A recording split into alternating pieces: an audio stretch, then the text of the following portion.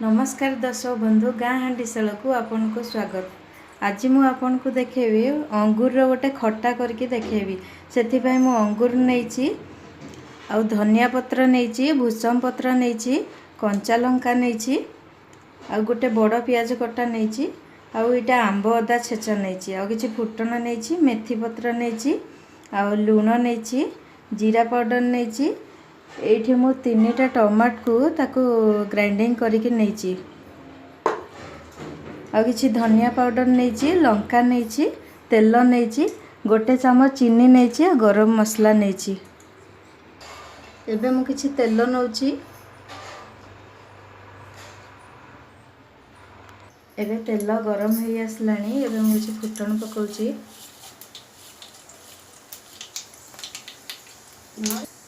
फुटण फुटी आसलानी। एबे कंचा लंका पकाउची।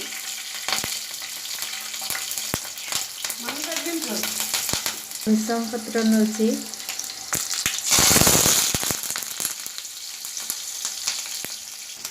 एबे कटा प्याज पकाउची।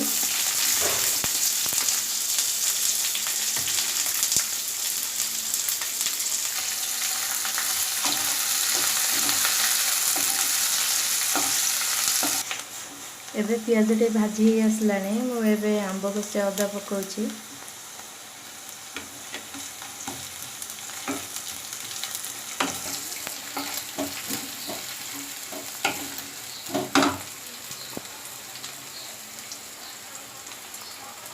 एबे मु टमाटो बटा पकाउची।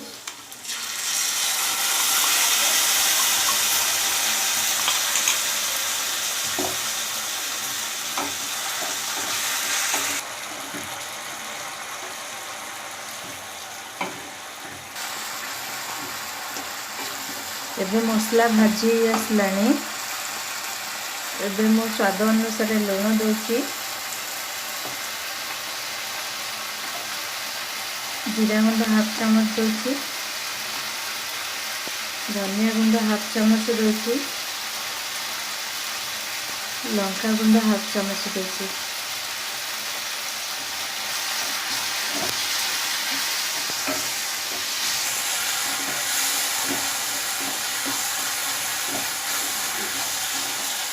एबे मसला कषि आसलानी।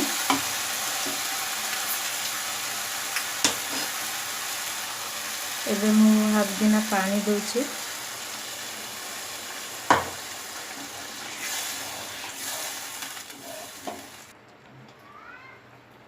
हाफ चमच हल्दी गुंड दोची।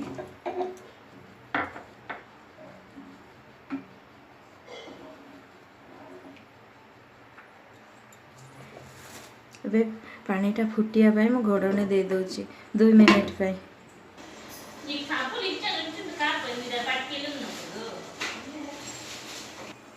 एबे 2 मिनिट हे गलाने मु ढांकुनी खोल दोची। देखंतु पानी मरी आसलानी।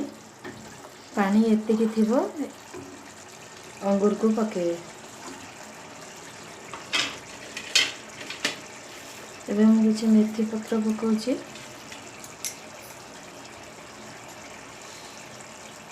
गोटे चमच चीनी पकाउची।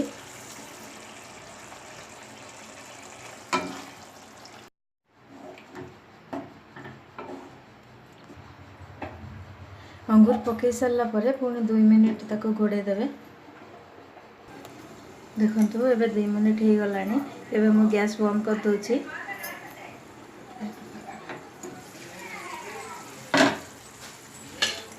कटा धनिया पत्र पकाउची।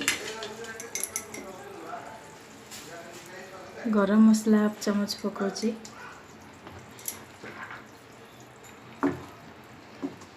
अंगूर टाको बेसी सिझेबे ने, बेसी सिझेले भलो लागि न थाए खटाडा। सेति भाई पानी फुटी साइले पछ बेल को पकेबे। एबे म गोटे प्लेट को खोल दउची।